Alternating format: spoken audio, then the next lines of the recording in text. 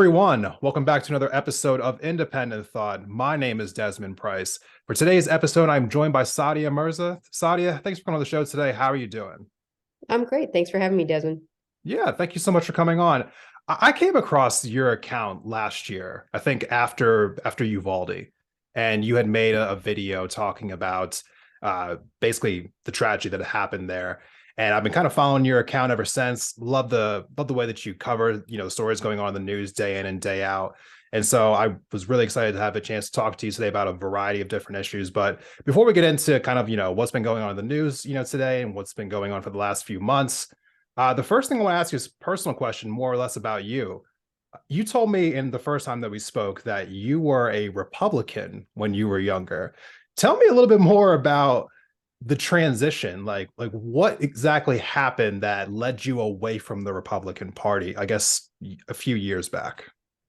Sure. It was quite some time back. I'm turning 38 in less than a month. And this was when I was like 16. Oh, And okay. So a so, while ago. yeah. So that's what I'm saying. I mean, it takes time. And I guess it starts the immigrant story. My grandparents were immigrants here with my dad, who was like six at the time. And my grandfather was a little bit more traditional, raised my dad that way. And then when my dad married my mom came from Pakistan. She wasn't really involved in politics. They had me. I'm the oldest child of my entire family, eldest cousin, everything. So I kind of just did, I didn't have an older sibling to look to. So I kind of just did what, I saw my grandparents doing, my dad doing, my parents doing. And as I grew older and, you get into some history courses and things, here in Texas, we have a very edited version of history, even back when I've back heard. in the day. Yes. Yeah. And the Native Americans, welcome the Christopher Columbus, and they didn't know how to feed themselves. And I remember being like, that's interesting. They didn't they seem to be doing fine here, but okay. So, my that was like one of my first like delves into history. And then as I grew older, I noticed that my dad would always say, you have to vote. You have to vote at every election, from dog catcher to, president. Every election is important. And so he would talk about, my grandparents would talk about, like, we have a lot of Judeo-Christian values in Islam. And my grandfather was a practicing Muslim. And so I just kind of followed what they did. And, very much when we come to this country, you have to pay your taxes, do things by the rules. And so I just did what they told me. But as I was growing older and, we get into debate classes and stuff, people were asking me like, okay, pick a side, death penalty or no death penalty. And I was the only woman of color that walked to the pro death penalty side. And I was like, I don't know why I'm the only person here. And then, and, and, I'm just parroting what my parents say at this point. And then as you Yeah. go through high school, I would go with my parents to they had Republican events and committees. And I noticed we would kind of always being pushed into the corner. We were the only, again, people of color at these events. Hmm. And, it just started like that. And then my dad sent me to the Young Republicans meeting, and it was for teens. And again, I was like, I don't know what I'm doing here, because actually, if I'm thinking about what these people are saying and what they stand for, is completely opposite of what I think is actually normal. So I was very scared to tell my parents that as I'm growing older and I'm understanding what I'm saying, and I'm not just parroting what they're saying, that this doesn't look right. And so I started creating videos back in the early 2000s. I went to school for, video production, and I made art videos about politics and George W. Bush and, the wars that were going on. And that was kind of my coming out of my political kind of spectrum to them without being so overt. And now obviously everybody's super progressive and very liberal, some of them not so much as others, but it's been a journey. And I would say Yeah. the biggest driving factor of itself was the Republican Party being the Republican Party. Well, it's kind of hard to argue against that, right? I mean, it's interesting. The further we get away from something like the Iraq War and going into Afghanistan, it feels as though it almost feels like ancient history. But for a lot of people, that was like their political awakening.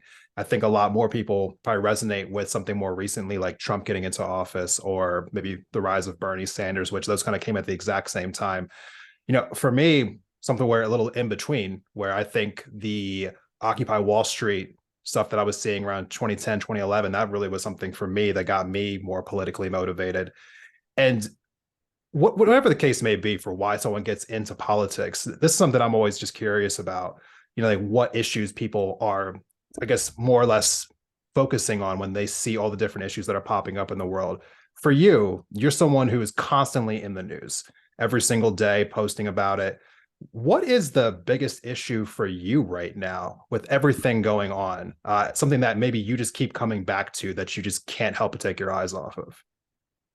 Definitely gun control here in Texas. And I see it firsthand. But we just had a shooting the other day right down, and we live in suburbia. I have a Yeah. house here, and it's pretty peaceful out here. Nothing really goes on. We're right on the outskirts of Houston. There was a shooting at a pizza place. Two people got into an argument in a parking lot at a pizza place, and he decided to pull his gun out and shoot the guy in the leg and run. And I'm just like, this is our everyday here. Yeah. It's constant. And there's kids that text me, or not text me, they send me DMs. I don't answer them. Sorry guys, if you're not 18, I'm not about to respond to your messages, but I see them, and how concerned you are, how you're faking being sick because you don't want to go to school. And I see that daily. I see that Yeah. from a lot of Texans. I see that from a lot of people in Louisiana, a lot of people that are locked in by where they live and how those gun laws affect them.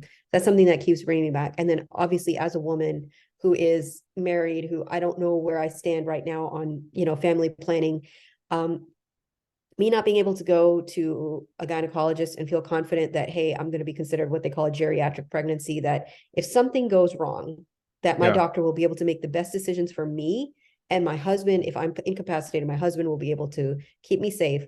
So on a personal level, these are things that constantly keep bringing me back. And, we marched for this many years ago, and the Obama administration, they never got to codifying Roe v. Wade. And now we're here where one single judge here on a federal circuit here in Texas has essentially taken away the abortion pill. For now, it's still available, but these things are creeping up from a local level to a national level. And somebody who's living on a local level, I'll tell you, it's really tough. These two basic things that you should feel secure about is just going to school and being safe, and going to your doctor being safe. Those two basic needs aren't being met for sure. Yeah. And we're seeing evidence of this all over the place, right? It's interesting. I think sometimes depending on where you live at, you almost get desensitized to it after a while. Like I grew up, right outside of Philadelphia, and I remember being watching the news with my grandparents every single day. And you would hear stories about people being shot and killed in Philadelphia every Yeah. single day. Like no exaggeration, every single day. And so I think after a while, you almost like just learn to live with it. But the question is, should we really have to live with it? I mean, like just going a little bit more recently here, obviously there was the shooting that happened in Nashville, right? Which led to the protests, at the Tennessee Capitol, led to the Tennessee 3-2 of them being expelled. And, obviously at the time of this recording, that both of those people who've been expelled have been reinstated. But I want to ask you the importance of that story more particularly, because as we're seeing people in state legislatures trying to speak out more and, standing up for gun control in red states, how important is that story in your opinion? Just the whole like spectrum of it. It was monumental, not just on gun control, but also on the racial divide here, and like just the mannerisms that certain Congress people had towards the Tennessee Three, and Yeah. two of them particularly, both the Justins, right?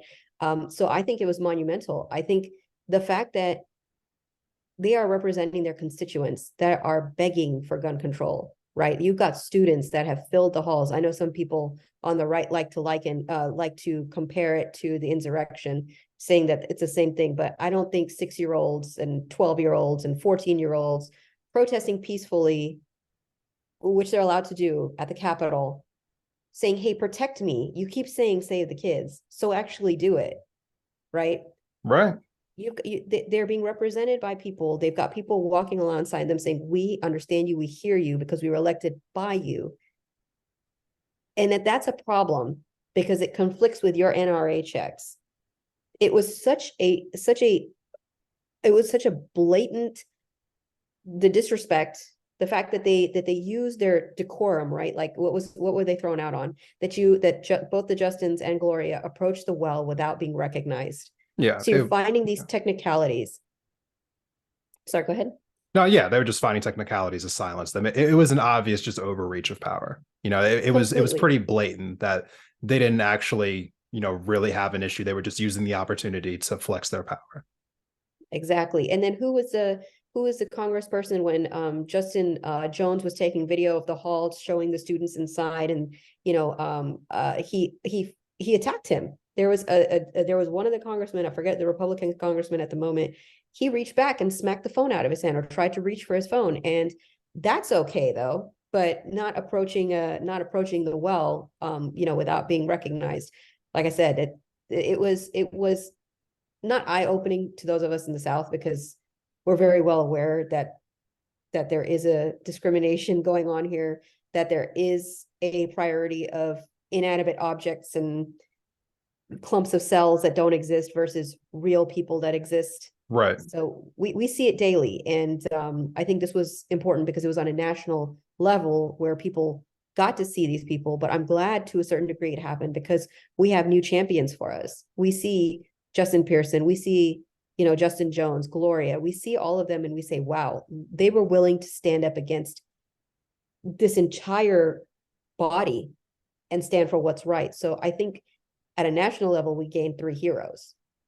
Yeah, and just going on that a little bit, it was so obvious just how much of a farce it all was. I'll have to admit that I'm confused as to like which Justin is which, but the one in particular from Nashville, when he was able to go up in front of the House and speak, and talking about the different members of the state legislature who had one been like admitted to, what was it, abusing a child, another one Being who in a was seat. yeah, another person who was peeing in a seat, another person who was under federal investigation. Is just like it was obviously all a joke. None of those people have been expelled, but you expelled 2 people for what bringing a megaphone into the halls and protesting with people. No, it's a joke. He was like, basically you were trying to say, hey, we have the power to get rid of you. We don't like that you're using your voice. It just feels as though the party that's constantly complaining about cancel culture and censorship, took the first opportunity to cancel somebody and censor them when they had the ability to. So, but that's just my bias coming out here a little bit.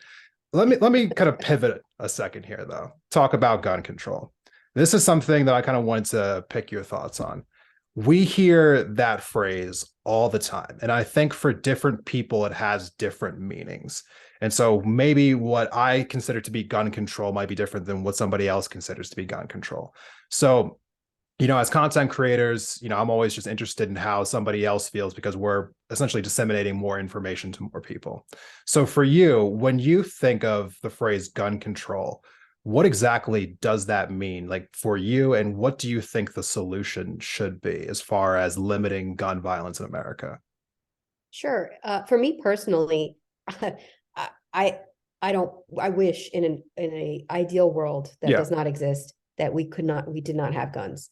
But in saying that, I acknowledge that we have a Second Amendment. I Yeah. acknowledge that people use it for protection.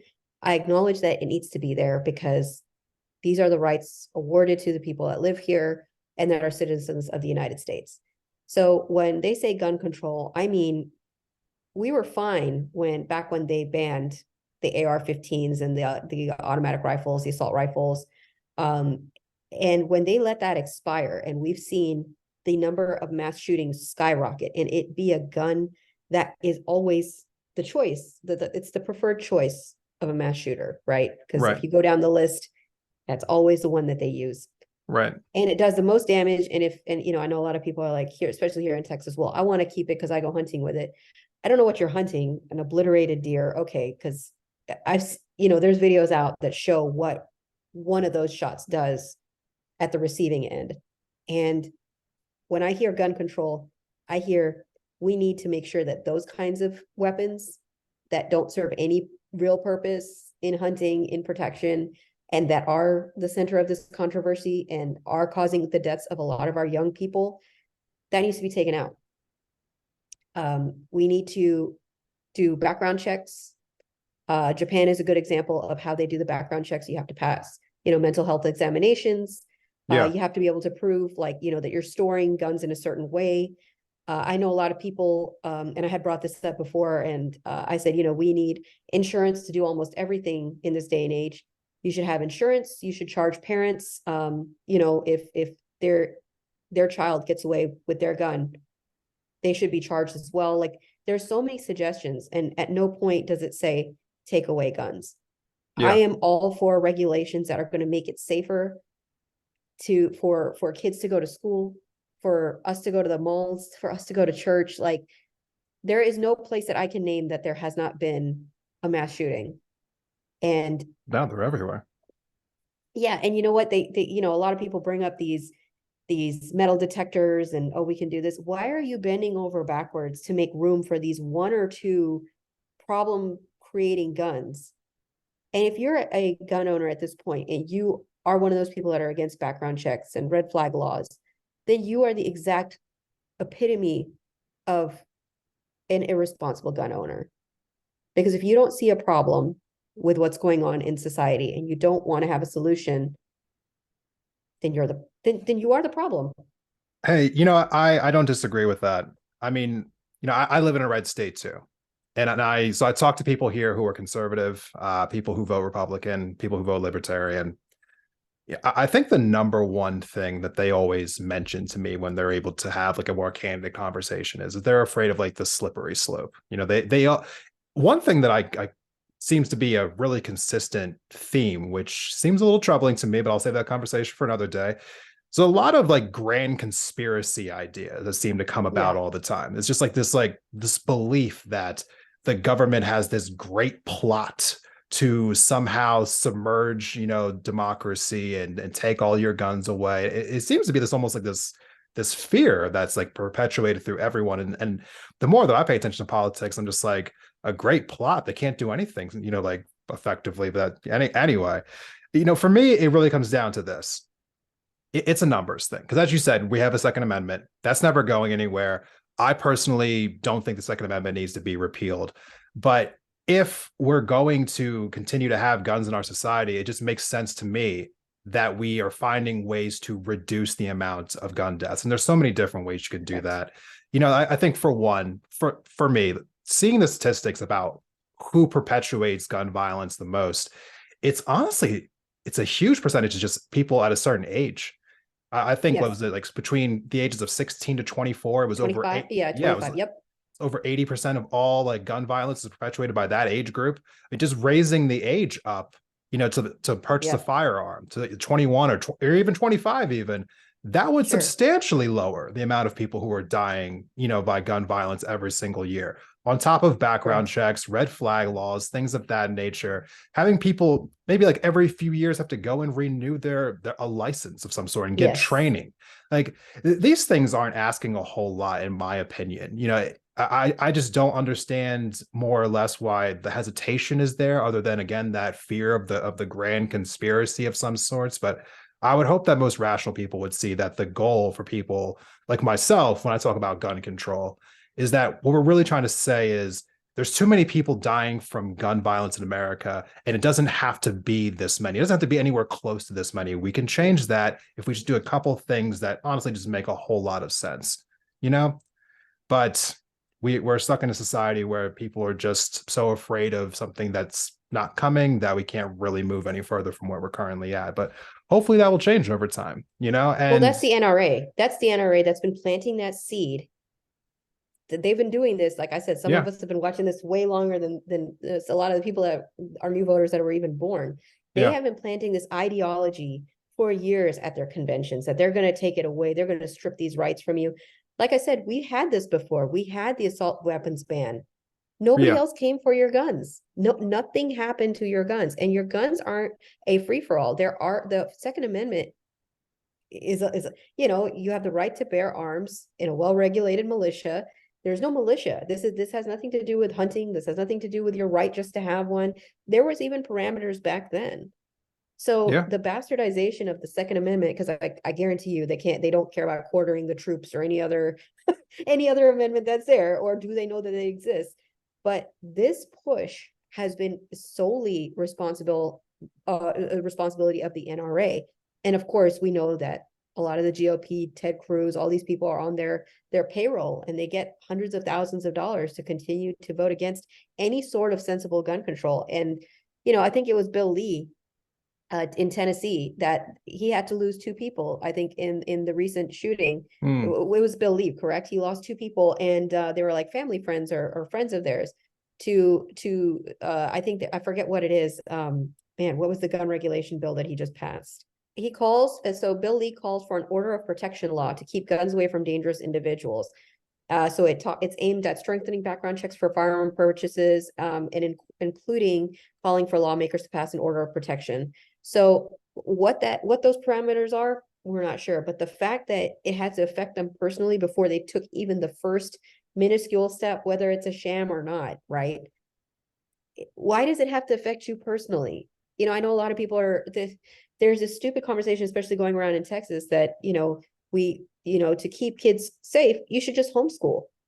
And it's like, homeschooling is a privilege, first of all. That means that somebody can be home to take care of your kids. Right. Number two, How many people can afford that?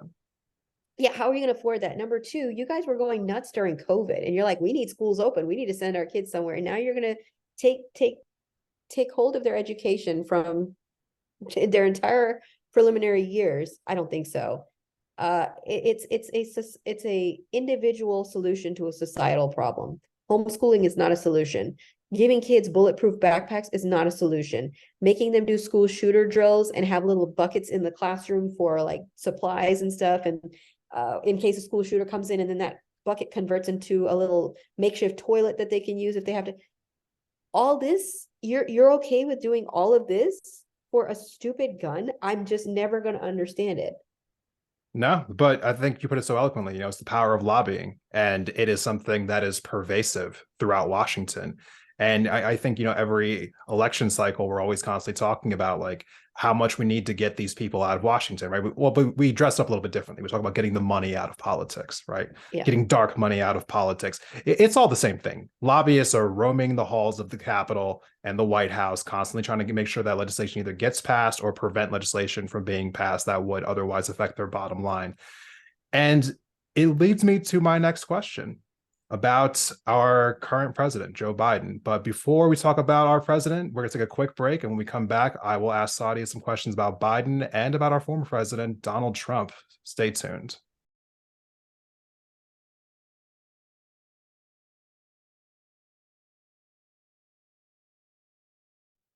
Welcome back from the break, everyone. Thank you for sticking with us through this episode of Independent Thought. So before the break, I had mentioned that we were going to talk about our current president and our former president. Going to start with the current one. President Biden just announced this week that, well, kind of an impromptu way, in an interview, he had said that he plans on running again in 2024, but he has not formally announced yet. All of my hopes and dreams of him not running again kind of went out the window a little bit. But let me just say this, just, before I get into the actual question I'm going to pose to you. I voted for Joe Biden in 2020. I have no regrets for that vote. Going back to, if you asked me to do it all over again, I would have done it all over again. But the caveat here is that he was not my first, second, third, or fourth choice in the Democratic primary. So I think for me, while it was absolutely pivotal to make sure that Trump did not get reelected, and so I kind of fell in line, so to speak, when it came to the November election in 2020, I wanted a different Democrat on top of the ticket, before we ever got to Joe Biden in the first place. And I feel as though in certain circles on the left, that's almost a taboo thing to say. It's almost as if you always have to fall in line and support the president, because if you don't, then somehow you're propping up Republicans or something to that effect. It's just a narrative that I'm very much against. But I wanted to get your thoughts on it. Maybe you might feel a little bit differently than I do. When you heard that Biden said that he was going to run again, what were your thoughts, and how have you viewed the Biden presidency so far? Same as you, and it's pretty common knowledge that he wasn't my first, second, 20th, 24th choice. I've watched his career before he was president. Yeah. Like I said, some of us were there even before he was vice president. So we've Yeah. seen and we've learned, the kind of like, what he did to help prop people like Clarence Thomas up. And Right. so I had my hesitations, but again, when you don't have an option other than Trump, I fell in line and did what I had to do, supported his campaign. And I was like, okay, maybe this time he'll know that this is not my race. This is probably better suited for somebody else. And he did that announcement, and literally it felt like the air. I was just like, why? I mean, you've done a great job for doing what you had to do. You've passed some great legislation. There's some great bills that have been passed under you. Do I think that you should be running again? No. Like I said, the first time I wasn't too thrilled about it. Second time, I'm even less thrilled about it, even though they invited us to the White House, right? They invited Yeah. the Biden administration, reached out, invited us. It was very an amazing opportunity. We get briefs from them, about what the president's going to talk about and things like that. So it's good to see everything that he's doing. Do I think that there is a more progressive candidate out there? 100,000%. And I really wish that he would leave that opportunity. Same thing I used to say about Nancy Pelosi. I Right. respect her for everything that she has done, but let the new blood lead. Let the progressives, let the new liberals, whatever you want to call it, let them in. And limousine liberals, as I like to brand them, and people get really pissed at me for saying that. Career politicians, you've had your time. It's time for something new. We need certain things accessible to us. We need certain firepower that you may not have the capability to wrangle out anymore. You know, And, go ahead. it's funny because, people, I asked my followers just, this week, I was, like, what are your thoughts on this? How do you feel about President Biden? And I was getting a range of different, reactions. Some Sure. people really didn't like him. Some people were in the middle. Some people were, rah, rah Biden, like all the great things that he's done. So obviously there's no real consensus just from people in my own life, people that I'm following online, like people in the media, there is even some a little bit of dissent on the media, which is rare, to be fair. But one of the things that people kept asking about, which again seems like almost like a taboo topic, was the idea of someone's age being being a factor here. Biden being 82 years old when he's going to be running for his second term. And the idea of whether or not there should be an upper limit on being able to seek out office. And sometimes when you bring up this topic, people get really kind of just like, hey, that's ageist. You shouldn't say something like that. Sure. There's no reason why someone of a certain age shouldn't be able to hold an office. However, one of the things that I would point out is that there is a lower limit for running for office, 35 for president, 30 for senator, 25 for being in the House, I believe. Yes. And so it does seem like a little bit of a double standard, but what is your opinion on this? Do you think that there should be an upper age limit to seeking office for the presidency, for Congress even? I'm glad you brought up that first point, because a lot of people like to gloss that over. I'm like, well, it starts there. If we have to be 35 to be considered wise enough or experienced enough, I tell you, at almost 38, I don't know, we're still winging it. So it's just, I just feel like I am more in touch with the people right now that are, trying to figure out their finances, family planning, getting married, versus somebody like my grandmother, who is also about Joe Biden's age. And Yeah. the world that she comes from. And while I respect, their careers and what they've done, and I love Bernie Sanders. Bernie Sanders has been my candidate for a very, very long time. Would I want Bernie Sanders running for president? In my heart of hearts, I would love to. Realistically, it would not be fair to ask him to do it and then say Joe Biden is, too old to do it. Mm-hmm. I do believe that retirement age politicians should be allowed to enjoy their retirement, just like everybody else, or go out and start businesses. But I do feel like we need to remind ourselves that we are hiring these politicians to work for us. Yeah. And how much can they work for us if they don't understand, like the TikTok hearings, right? Watching even people younger than them that don't understand technology the way they should when making decisions about technology. Oh my God, yeah. And the Restrict Act, they don't even know what they're signing when it comes to the Restrict Act. So those are the kinds of things that bother me. Or like, you don't know that the mifepristone is not just an abortion pill. After women give birth, sometimes women are just prescribed that for, removing stuff that's sticking around inside. I won't TMI you, but placenta and things like that. Like this is a prescription that is more than just terminating a pregnancy. It's not just always that portion of the 2-part pill.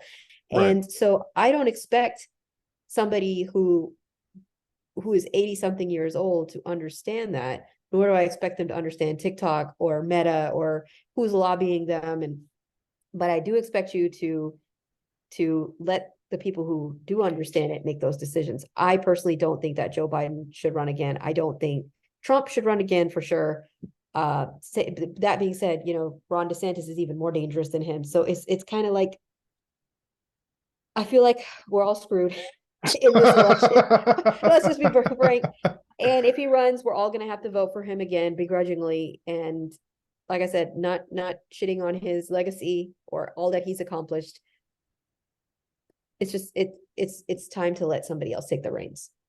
Yeah, I could do a whole episode on my issues with Biden, and I have done episodes on that, and I'll probably do more in the future. So I'm going to save all of my gripes for another time. Trump, someone I want to talk to you about. Another person who would be entering their 80s if they would be reelected, and obviously running for office again, and the number one person polling in the Republican Party, is under indictment. And it seems as Yeah. though there might be a couple more coming down the pipe. Here's the question that I wanted to ask for you about Trump in particular. There was a discussion going on online prior to the DA in Manhattan, Bragg, like bringing forth the indictment about the hush money payments. Stormy Daniels happened back in 2016, 2017 as well. Is this the right thing to do? And to be fair, like I believed it was the right thing to do, but I thought there was some valid opinions about people who were against, bringing these indictments forth. So I wanted to bring this to you. The fear is that bringing these indictments on Donald Trump, actually, they're never going to stick. And that is only going to make him more popular and probably allow him to cement his stance as the number one Republican, winning that nomination, heading to the 2024 election as the GOP nominee. Do you think, knowing that is still the right thing to do, to come after him with these indictments? Yes, it is, because everybody should be held accountable for their actions. And I don't think that a fear tactic, like it's a fear tactic, like, oh, he's just going to become more powerful. Oh, he's just going to, I don't care. He's already powerful. Yeah. His voter base is loyal to him no matter what. And you're not going to convert people that are maybe halfway to agreeing with the kind of ideologies that he's bringing forward, because they're becoming more and more outlandish. I know people kept telling me, post this interview that he just did with, I won't drop the F bomb on your show, but Tucker Carlson with an F, is what we call him in the house. Oh, he did this interview, is totally unhinged. And I'm like, I don't care. If I mean, want has to he done once an in a interview while, that wasn't unhinged? I mean, I want to see but that interview. yeah. I'm sure there's one that exists for about 2 seconds where he says like a full sentence, but I am tired of people being afraid to persecute this guy because he's going to be more powerful. He knew he was powerful when he was running for president. He said, I could go out on Fifth Avenue right now and shoot someone and people would still vote for me. I So believe him please too. stop. Yeah, I believed him then. I did. I think I told Yeah. you before. I did back in college, back in the Stone Age, apparently, because early 2000s is the Stone Age for college. I was in a sociology class and psychology follow-up, and we had to pick a public person that we felt was displayed narcissistic qualities. My person at that time was Donald Trump. And it started with my beef with him for being in a McDonald's commercial with Grimace. I don't know if y'all know who Grimace is. You know who Grimace is? Yes, I know who Grimace is. Then I saw the same guy in Home Alone, and I was just like, why is this creepy old man in Home Alone? Then Nelly was rapping about him, like Donald Trump being in his, and I kept hearing his name, and I'm like, I have got to get away from this guy, because I would see his interviews, and this was before the internet was really archiving things. So people were telling me, hey, do you know what he did with the Central Park Five? So before the internet, I had to hear this from people who lived it. And so I was like, this is going to be my guy. He has been this way. He has always claimed that he's the most powerful man, and people believe him. There's a type of person that believes when people have that kind of rhetoric out there. Yeah. You're not going to make him more powerful. He's already there. He knew it in the 80s, 90s, early 2000s. That's why he kept plugging people to put him into his songs. That's why he kept going around pretending he was a multimillionaire so people would use him as a standard. He's a sham. Treat him like one. Indict him like one. That was my position then. That is still my position now. And I know people disagree with it, but I do not disagree with that. When I was talking to people privately about this, I was just saying it's just as simple as this. If he committed a crime, he should be prosecuted. Like the end. Like we shouldn't. This is actually a great thing for America, my personal opinion, because one of the issues that we have is that we believe that these politicians, all of them, not just Trump, we believe that they're somehow above the law, that the rules don't apply to them, that they are this upper class of citizen that can get away with just about anything. And we complain about it all the time. You know, we really Sure. do. We complain about it all the time. You're like, oh, look at this person getting away with this, this, and this. I think it's really almost humanizing to see that It like is. even a former president can be brought into court and arrested. Like that is something inspiring to me. And you know, personally, I don't care who it is. Like I don't care if it was a Democrat. If they had committed a crime, they should be prosecuted. If you commit a crime, you should be prosecuted. The end. And I'll admit that nothing's going to come from this Stormy Daniels thing. I don't believe No, so. that's If this is if the lamest one of them all. This no, is, and I will tell you this just real quick. It is you're Gen Z, correct?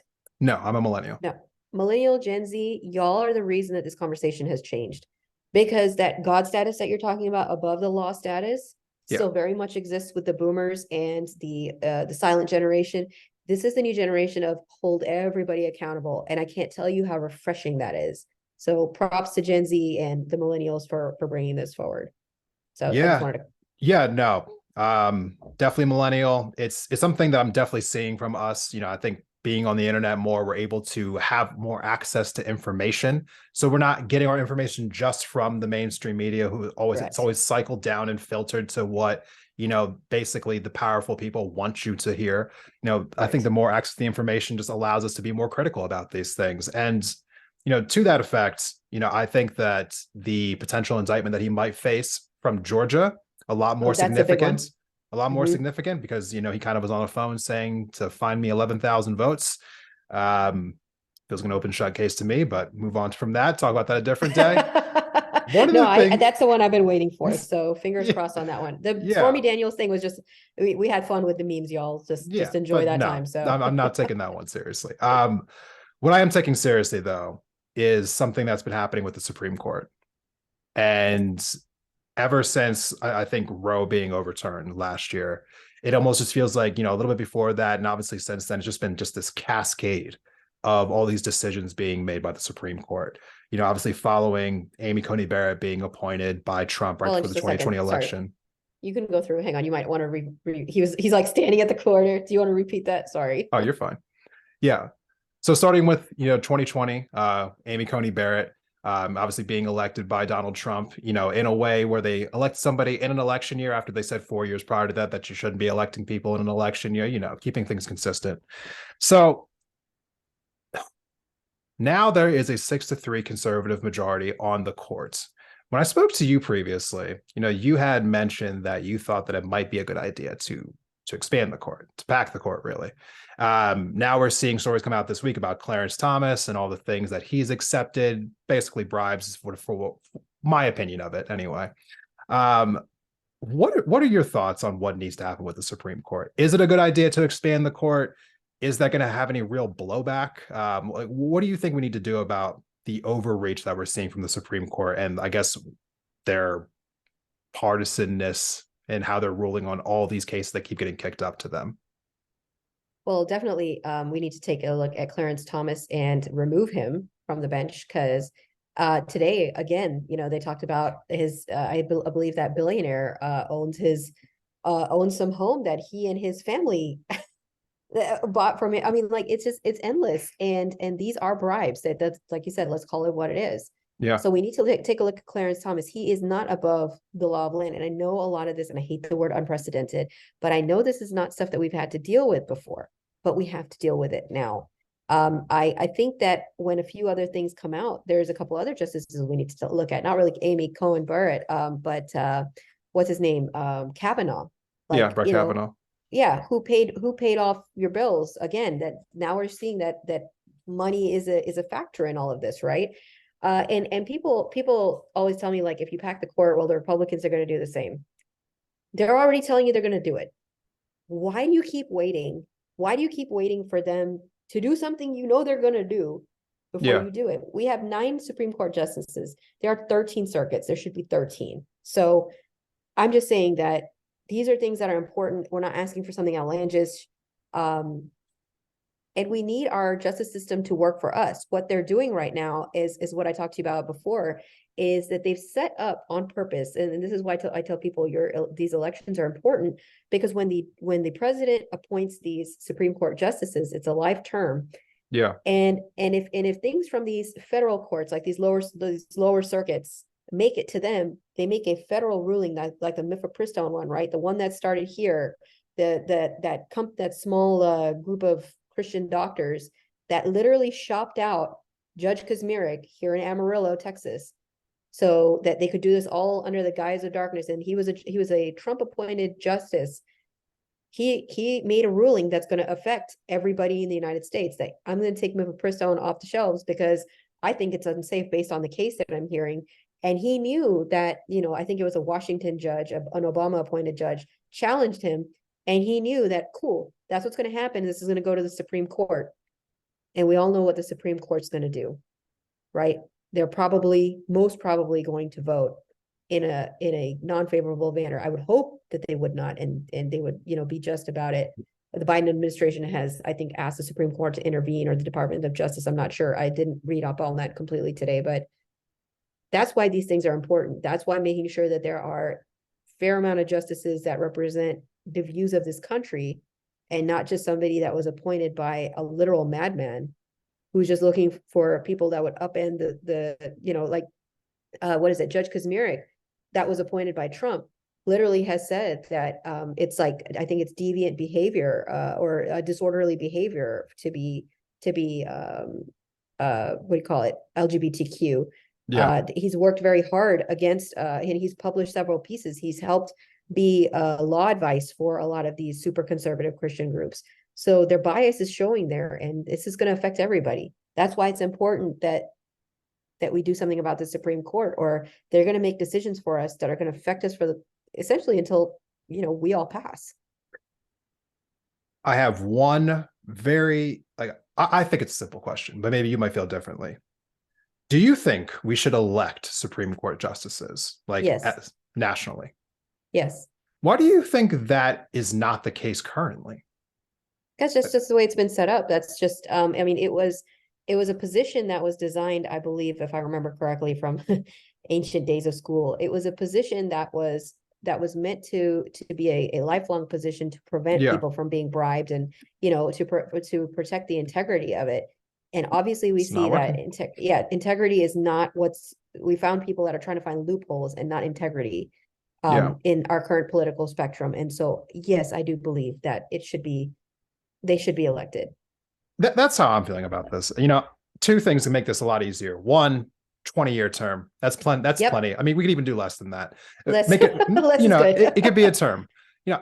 And I've heard people say like, oh, you shouldn't try to politicize the court that way by turning it something where you would elect them. I'm just like, that argument's never made any sense to me. I had an election just what was it, a couple of years ago, where I voted for the state Supreme Court here in Montana, voted for that judge, where I voted for judges here in my local city of Missoula. I actually interviewed someone who was running for a judge here in the city. It doesn't make any sense that we would have different criteria for these different levels of government. If I can vote for my local judge and for my state Supreme Court, why can't I vote for the national Supreme Court? Doesn't make any sense to me. And I think that would very much alleviate some of the problems that we're facing, because they would have to appeal to us. They would have to, make their case to us why they deserve to be there. Right. Yep. But what are you going to do? One of the last things I wanted to ask you about here, maybe ending on something that's kind of cycled out of the news a little bit, but I get the feeling it's going to bring its way back in here not too long from now. So I think it's still worth talking about the TikTok ban.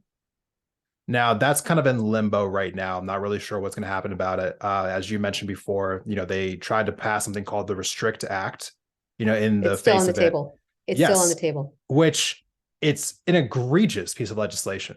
It doesn't, and one doesn't even ban TikTok, which is what they said they wanted to do. It feels like basically taking the Patriot Act and shooting it up with steroids, making it a whole lot worse.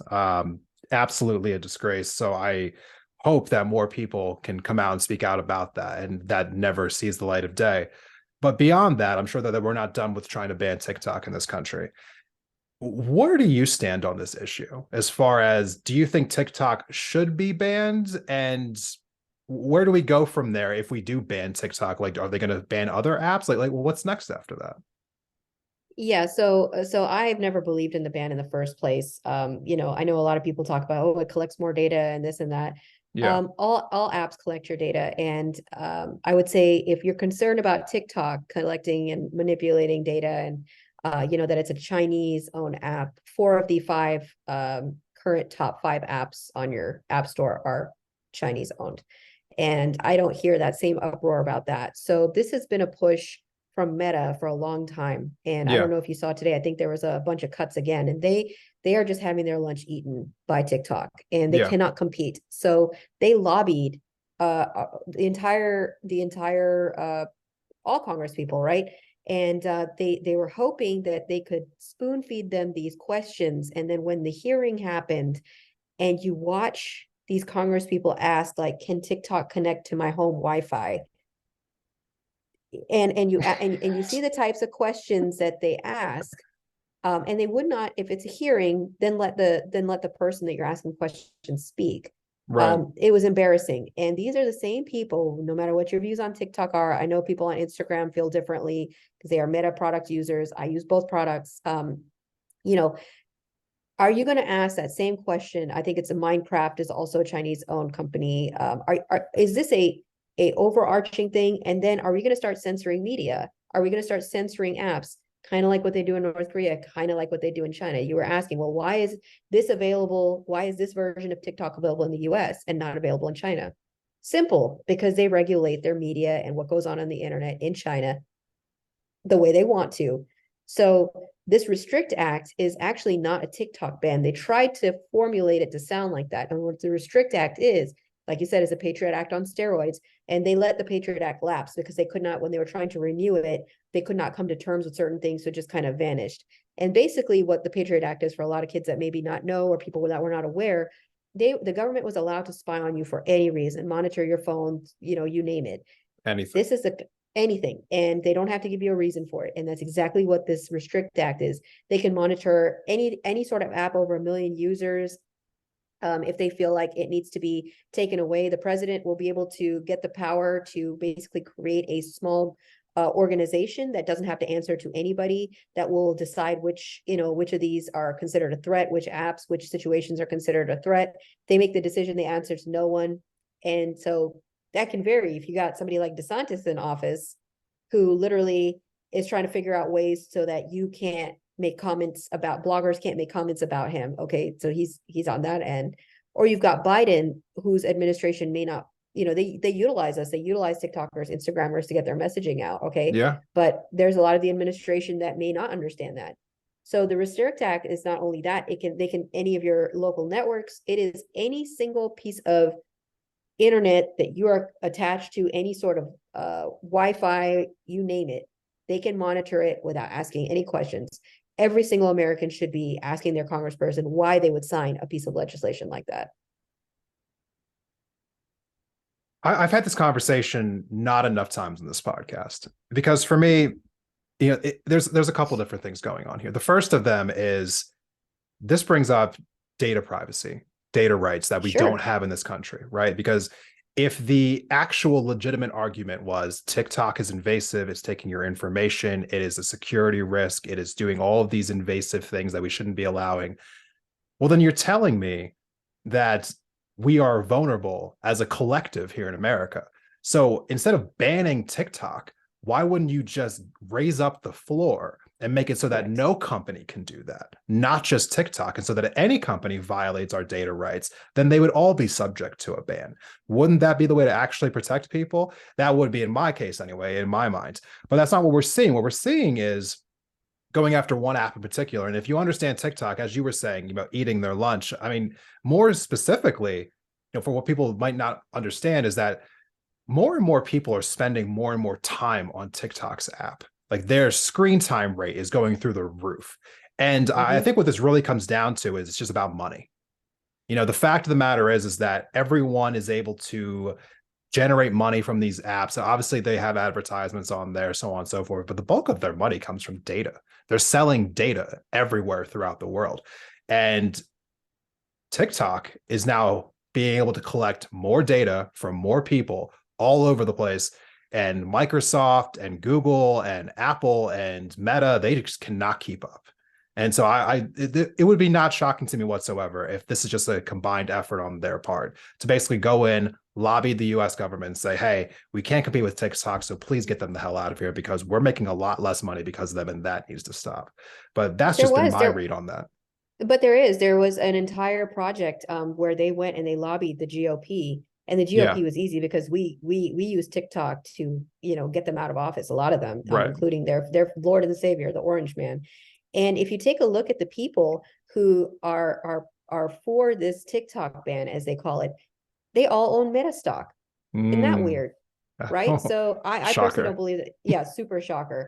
And on top of that, I feel like the TikTok ban itself is the way they spoke to the owner of the CEO of the app, who is Singaporean. Okay. Hmm. Um, it was very xenophobic. Like this whole this communist party, this communist party, that. Facebook literally had listings while this was going on. Somebody did a video and I couldn't post it. Meta took it down. They have somebody was like, can who was that clown that was like, can TikTok monitor the dilation of my eyes to see what needs to be amplified on the Oh algorithm? I'm sure I God. screwed that up because it was a hulk of shit. But it wasn't a hulk of shit, because if you go and you looked up Facebook jobs in, I think it was, I forget, it was in Shanghai or Beijing. Meta was looking for people that was going to help with like facial recognition software and things of that Yeah. nature in China. So The wait a hypocrisy minute. is amazing. Yeah, so that's what I'm saying. The whole thing was and like I said, the xenophobia was so outrageous that they couldn't tell the difference between Singapore and China, and the server spaces and everything. And I just I worry because if that's the type of and then they switched from this being a privacy issue to, you know, do you know how many kids are unaliving themselves because they watch stuff on your platform? Okay, even if 6 kids did it, 6 kids is too much. But you know what else? You did not keep that same energy when it comes to gun laws. You're the same people that have no problem with kids going to school, hiding under a desk, and not making it back home when a shooter comes in. So you've picked a lot of really ridiculous standpoints with no merit, and we see it. And I hope that people start asking their congresspeople, their representatives, how are you voting on the Restrict Act? Because if you're going to monitor me, then you're not the type of person that I would want to, you know, represent me. You know what? The amount of straw men kind of like arguments that you hear and just, you know, misrepresentations and caricatures, it seems to be relentless, right? It's something that we have to deal with constantly when we're creating content on a day in and day out basis, figuring out what to post, what not to post, like how to address this, how to combat this narratives. For me, I think it's exhausting. I really do. It is a relentless, just spindle of nonsense, and I think it can kind of like wear you out on, you know, on a day in and day out basis. You know, this is the last question I have for you. As somebody here, again, constantly in the news, constantly creating content, what is it that I guess is the motivating factor for you personally? Like, why do you do this, you know, like day in and day out? And what's the one thing that you're hoping to, I guess, connect with people on when it comes to the political landscape right now? Well, when I started it, I was by myself. There was only like 6 of us at the state capitol in Austin, protesting against the Iraq, Afghanistan war, you name it, right? Yeah. And you know, any sort of like NRA protest, we had like 50 of them versus 5 of us, and they were all pointing their guns at us. It was totally fine. Um, and You that's no say so. that's no exaggeration. Yeah, I was just like, okay, you're not going to shoot me, are you? But okay, well, let's do this. I have seen it go from that to what happened after Uvalde and how people showed up to protest the NRA here in Houston, Texas. We Mm, filled up, they had the NRA convention going on, and the entire mall, and it's 105 degrees outside. People were fainting because it was so hot in the back. The entire green yard in front was packed versus 5 people that I saw 15 years ago. People that were never interested in politics. They'd be like, Saadia, why it's so boring, right? And now I'm seeing this new generation of people getting involved saying, wait a minute, why is my legislator doing that? Why is my congressperson doing this? All of a sudden people are involved, and that's all I've ever hoped for, because yeah. without involvement, people they want you to stay dumb so they can do what you want. So what keeps me going is people like yourselves and all the effort that you put in that does not go unnoticed. So thank you very Thank you. much. And every single person out there, even if you're taking 3 minutes out of your day just to catch the headlines on any of our platforms, and you're like, wait a minute, this is something I need to tell my mom about because she votes this way. Maybe she doesn't know this. The fact that people are getting involved and it's not such an alone battle. I know it seems very scary right now because it is. Yeah. But we're not in this alone. We are all communicating now. And that's all. I could have never seen this, many years ago, that, oh, we're going to stare into our flip phones and then be able to see people share their thoughts and knowledge from around the world. And here we are. So I couldn't be more honored to be in the company of everybody that's fighting the good fight. And I know it's sticky out there, but it's everybody here that keeps me going. I love that. I love that. There's so many different reasons why people are doing that, but it's always really encouraging when it's just like, hey, like the world's fucked up. Like, let's try to make it a better place. Right. Because Yep. we just need more of that, like legitimately, because there's a huge lack of that in places like Washington. So if we can find it somewhere else and maybe push those people, I think we'll all be better off for it. Saadia, thank you so much for coming on the show today. I really do appreciate it. For those who are interested in knowing more about you, like where can people find you at and like connect with you online? Sure. So I don't use Twitter anymore because Elon Musk owns that. So if you go there, it's a dead page. But if you are on TikTok, if you are on Instagram, I do keep up with those very heavily. It's Saadia____M.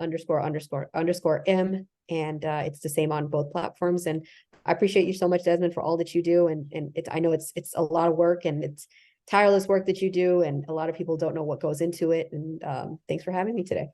Absolutely. For those who are interested, those links will be in the episode description. So go ahead and click to the episode description now. You will see those links. If you liked this episode, please go ahead and share it on social media, wherever you spend most of your time: Instagram, TikTok, Twitter, Facebook. If you're still on Facebook, Snapchat, I hear that's a thing still. So yeah, if you like the episode, please go ahead and share it. Thank you so much. And thanks for listening to this episode today. We will see you in the next one.